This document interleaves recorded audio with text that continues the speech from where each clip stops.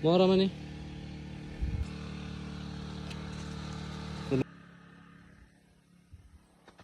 Gay!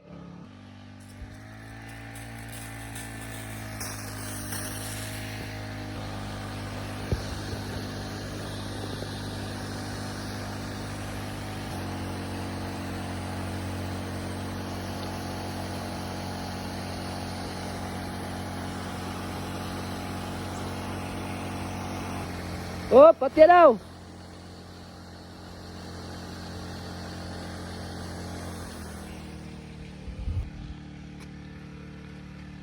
Di man kay siya as in taas, murag lubira ka taas. Mura man eh. Pa. Kira ka diha? Oh. Oh. Sila durian.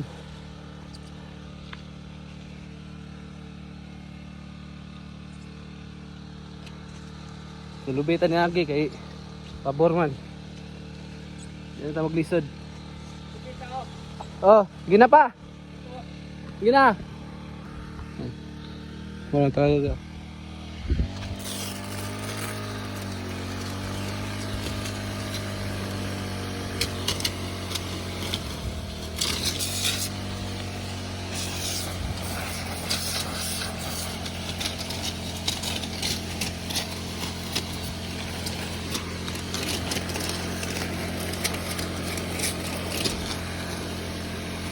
Basta native nga durian guys, taas kayo. Grabe. Oh. Dagan lang siya bunga. Pero di harvest na brato ang kilo.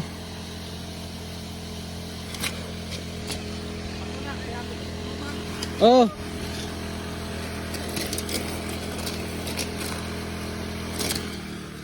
Lana?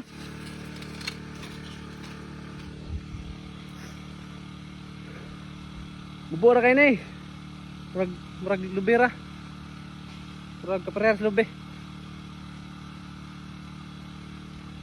Ayun, tapos na. Saman, naog na ko? Naog na ko? Ako'y nanaog na. Dali na kayo, 4 minutes na.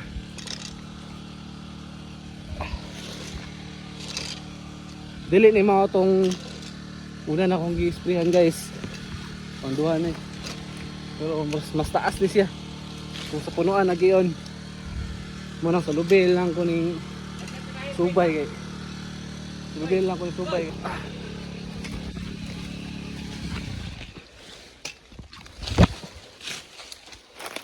Mana?